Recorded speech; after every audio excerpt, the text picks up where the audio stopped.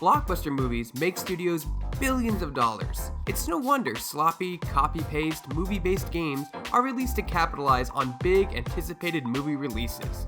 And let's be honest, most of them are crap. But few, and I mean a very few, manage to surpass the low standards that these games set and blow them out of the water. Hey Shackers, Greg here, and today I'm going to take you through my top 10 movie-based games. Now for the rules. The game has to have a decent amount of tie-in to the movie it's based on. It must have main characters in said movie in the game as well. Games like Knights of the Old Republic and Shadows of Mordor won't count. The movie had to come first and then be followed by a game release, so no Mortal Kombat, Street Fighter, etc, etc. And lastly, the game has to have a decent amount of connection in some way to the movie it's based on, meaning prequels and sequels are okay, depending on the source materials they're based on. Now without waiting any longer, these are the top 10 movie-based games. Buckle up. Turbulence from an incoming sandstorm is expected. Hang on till we're through it. Oh yeah, I forgot you don't like this part. Statistically, landings are the most dangerous. I've come into possession of a map. An uncharted island. A place that was thought to exist, only a myth. Wall! There's a wall ahead! Are you alright, Jack? Sometimes, a game can be even better than the movie itself, and this was one of the few exceptions. Look at me. Exploring your way through a mysterious island and fighting crab people and dinosaurs? What more could you want in a video game? It's also worth mentioning that Peter Jackson had a large role in the making of the video game personally, picking the game studio and game's director. Guess it helps to have the original director dip his hands into the game adaptation himself. Crab people. Awesome. It's enormous! Crab people, taste like crab, talk like me. Crab people.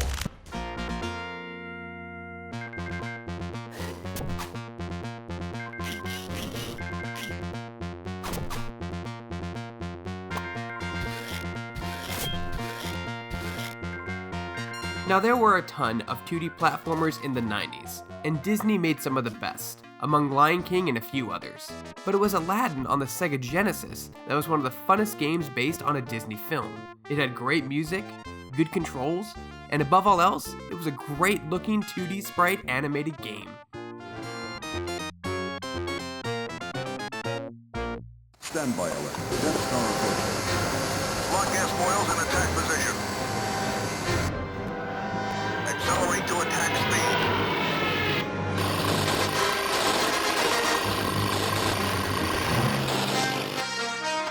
The Star Wars franchise has produced a great number of games, but Star Wars Trilogy Arcade was one of the best. Playing through 3 of the most iconic battles in Star Wars canon, the Battle of Yavin, Hoth, and Endor, the arcade game was released close to the same time as the special edition re-releases, and it was perfect timing. The arcade game itself was fitted with a cockpit-like chair and a huge TV screen with a very loud sound system to boot, which was great because it featured music and voice work pulled directly from the film's trilogy. There was nothing like getting out of the theater and spending a few minutes playing this cabinet, which was equally fun to watch or play. All too easy. Perhaps you are not as strong as the Emperor thought.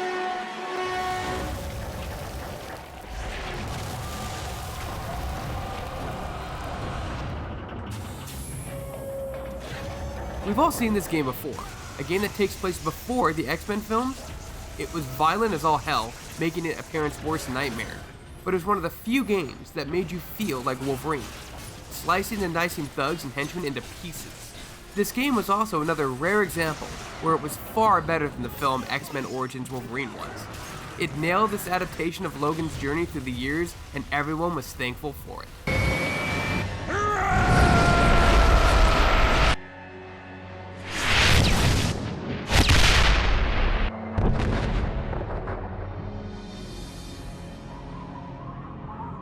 Part of your life behind a mask. Fate handed me amazing powers, and I made a promise to use those powers to help people. with great power comes great responsibility.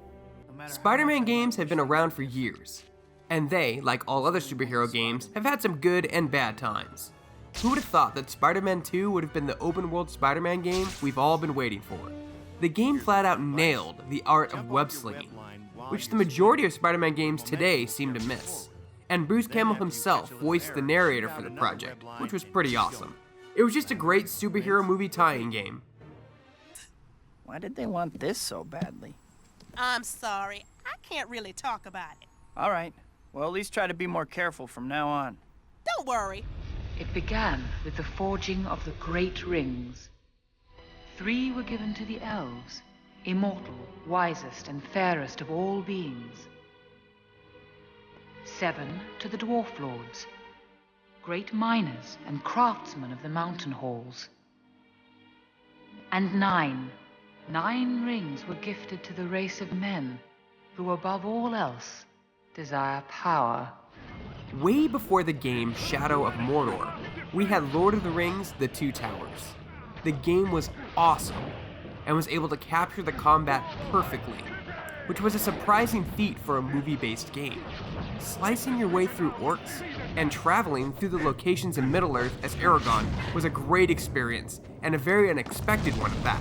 Using swords, bows, and arrows to kill your enemies, upgrading your weapons and abilities, and timing chains of attacks into combos, it's no wonder this game was well received. Combine all this with scenes directly from the films, as well as the epic soundtrack, and you have one of the best movie games of this generation. And if that fails, where then will you go? To Moria.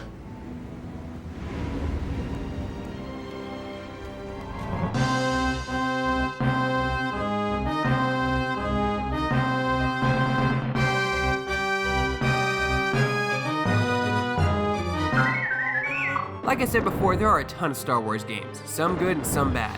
But the Super Star Wars games for Super Nintendo were some of the best 2D Star Wars platformers ever. And they were hard. Really, really hard. Like Dark Souls hard. No! God, please, no! But everything from the enemies, to the weapon sound effects, to the music was just perfect. And you could play as Han Solo, Luke Skywalker, or Chewbacca. The game may have done a horrific job telling the story of Star Wars, but it's still a great game based on the films. And for being a game made in the early 90s, it has surprisingly aged well. Impressive. Most impressive.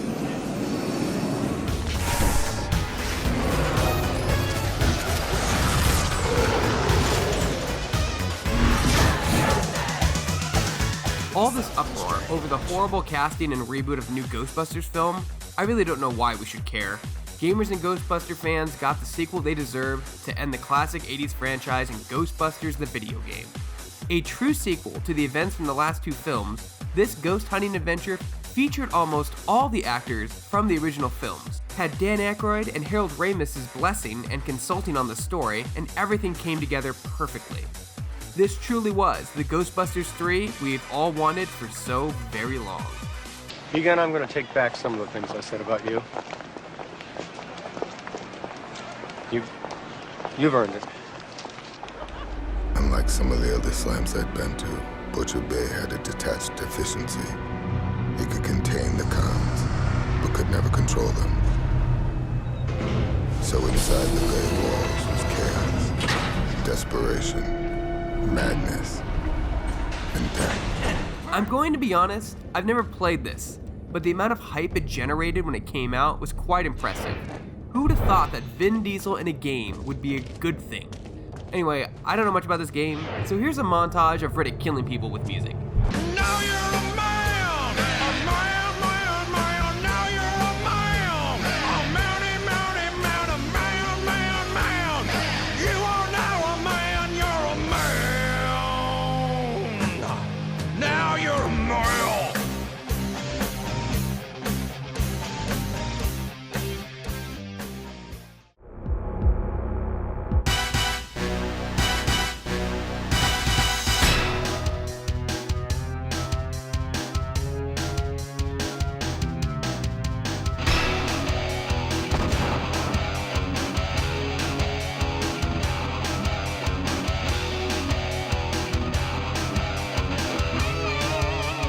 all knew this was going to be the #1 game on this list, and don't you dare try to argue it.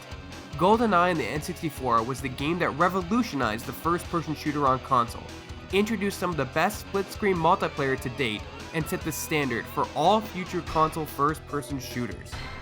It was so good, it was remade twice. To this day, it's still known as one of the best movie-based games of all time, and if you've actually ever played it, you'd see why, you filthy casual.